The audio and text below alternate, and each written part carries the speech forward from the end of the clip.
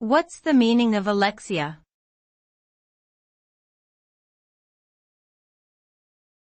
Alexia.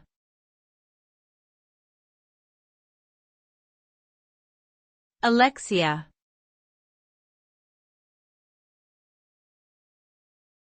Alexia.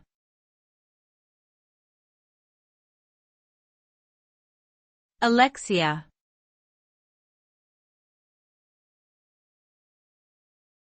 Alexia.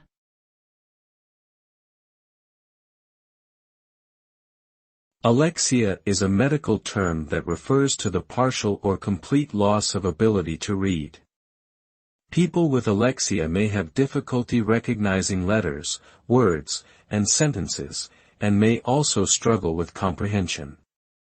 The condition can be caused by brain injuries, strokes, dementia, or other neurological disorders that affect the language center of the brain.